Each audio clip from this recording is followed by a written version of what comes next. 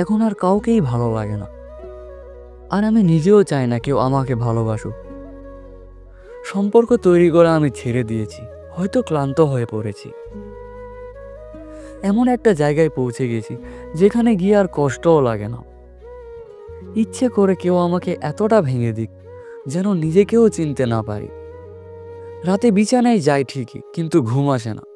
ভয় লাগে পরের দিন বাঁচার জন্য আবার একটু করে মরতে হবে।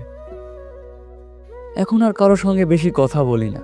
হাসি, হ্যাঁ হেসে যেতে হয় অকারণে, ভঙ্গিহীনভাবে, কৃত্রিম হাসি। আমি নিজে চুপচাপ থাকি, সবাই মনে করে আমি বদলে গেছি, কিন্তু আমি নিজেও জানি না কেন এমন হয়ে গেছি।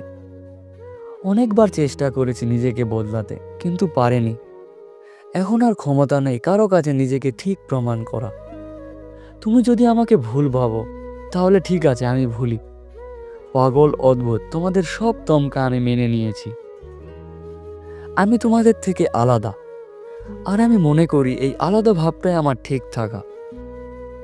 চুপচাপ থাকতেই এখন ভালো লাগে, একা থাকতেই ভালো লাগে। আগে খুব গুছিয়ে রাখতাম নিজেকে, আর এখন এলোমেলো থাকাটাই শান্তি দেয়।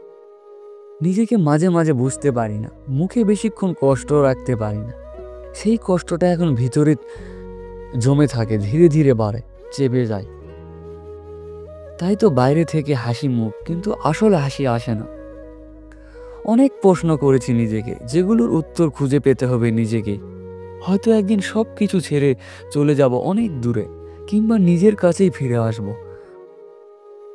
এখন আর কিছুতেই মন বসে না। কোনো একদিন ফিরবো, আবার হাসবো, আবার বন্ধুত্ব করব, আবার সেই সব আড্ডায় বসবো। কিন্তু এখন একা থাকার ইচ্ছে। দেখি জীবন আমাকে নিয়ে আর কি ভাবনা রেখেছে।